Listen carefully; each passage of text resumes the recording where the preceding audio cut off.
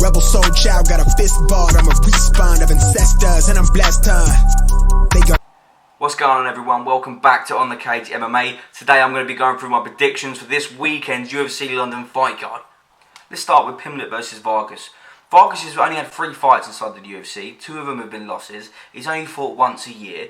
Stylistically, I think him and Pimlet do match up. But again, you know, he's lost 2. He won his last one. If there was one more loss in that record, I think Dana and the UFC may have dropped him out of the UFC altogether. Obviously, Paddy's got a lot of hype behind him. He's on a 3-fight win streak. Bear in mind, only one of them has been inside the UFC. But, you know, that sort of guy, he made a name for himself before he even came over to this company. So fair play to him for that. Let's not forget that he also had 2 of those 3 wins inside of Cage Warriors. I'm not by any means trash-talking Cage Warriors, but, you know, the elite level is at the UFC. So it'd be interesting to see how he does against his other fighters that are of a much higher caliber.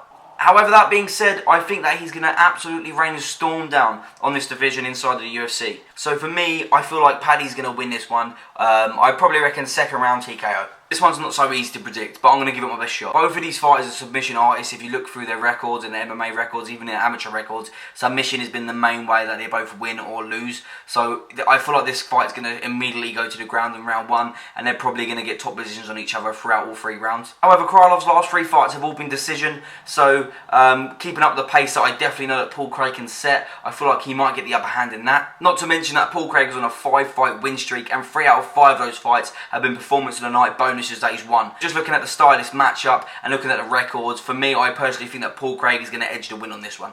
Abdulrahimov versus Pablo Rich is a fucking good fight. It's such a great matchup that the UFC's actually made. Pablo Rich has a record of 14-1 currently inside of his MMA career. His only loss being to Alistair Overeem, so I'm going to forgive him that one, you know? Abdulrahimov is currently on a 2 losing streak inside of the UFC, with both of those last 2 losses being TKO, so he was knocked out. He's also the much older guy, and I'm talking much older, maybe an 11-year difference in this fight. I just feel like he's not going to be able to keep up with the pace that Pavlovich is going to be able to create. As much as you are a veteran inside of the MMA community, you know, when you're hitting 40, there's no way your gas tank's even keeping up with someone who's 10 years younger than you. It's just not possible. So I think Pavlovich is going to win this fight. That's it. Volkov versus Aspinall is such a good fucking fight to make. Like, seriously good. Like, I'm so excited for this fight. Volkov is such a veteran of this sport, especially in the UFC. I watched him beat Verdum. He's also beat Overeem. He beat Hardy, Struve. He's beaten. There's so many top-level guys that he's absolutely walked through. So this isn't going to be an easy fight for Aspinall in no case whatsoever. Not only that, let's clear the big elephant in the room with what's going on in Russia, Ukraine, and the fact that Britain are getting involved. This fight could be so tense. You know, it really can be tense, especially within the crowd. And do you know what? Props to Volkov. Props to Volkov for coming over to London and fighting when the whole of Britain are talking about how bad Russian people are. Like, fucking hell, you got some big balls, mate. Personally, I don't get involved in politics. Obviously, I think what's going on is absolutely disgusting. The fact that the UFC have put this fight together is incredible. However, I just feel like Aspinall is going to win. Aspinall's coming off a 7-fight win streak, and 4 of them have been inside the UFC. Aspinall has never been past the 2nd round in his entire career. His entire career. And out of 13 fights, 10 of them have been finishes in the 1st round. I just don't see there being any way that Volkov's going to win this fight. I just don't. The win's going to Aspinall, 100%. Arnold Allen versus Daniel Hooker is without a doubt going to be the fight of the night in that entire card. Prelims and the main card, I don't care. Both of them just set paces in fights that people can't contend with. Daniel Hooker's just one of those fighters who just shows up and he fights anyone at any way, at any different gate. What the fuck was that?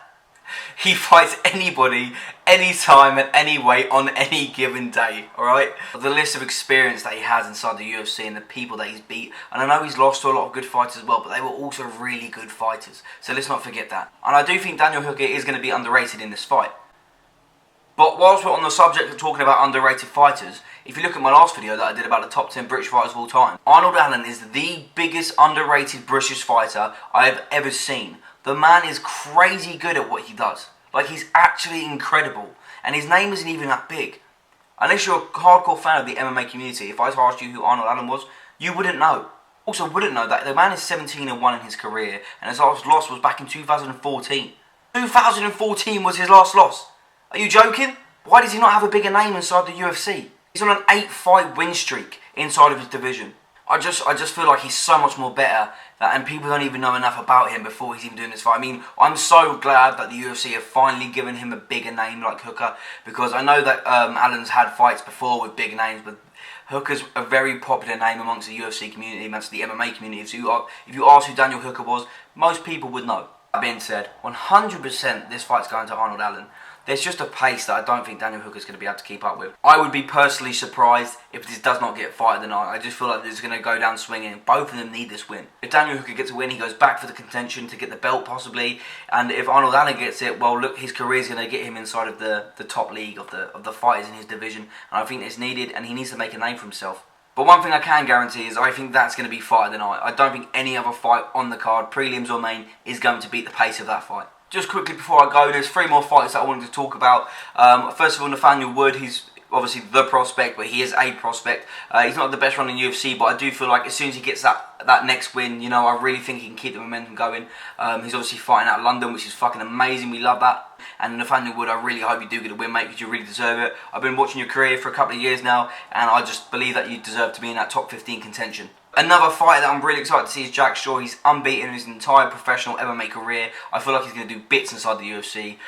He's great on the ground. He's great at stand-up, and I think he's going to absolutely destroy half the division, get himself into that top 15 spot, and just from there possibly get a championship title. Final thing I want to say is I can't believe that they've not put Molly McCann onto the main card. She really is a fan favourite, and I really think the UFC and Danawhite have missed the opportunity to make that main card even better, and perhaps take one of the guys' fights off and put Molly on, because I'm telling you, in London, her reception will be incredible. Listen, that's it. That's what I think my predictions are going to be for the London fight card this Saturday, which I'm very excited to watch. Just to let you guys know, I have another video coming out on Friday for the top MMA leg breaks of all time. I'm really excited to release that one. Don't forget to go watch it. But until then, I'll see you guys on the next one.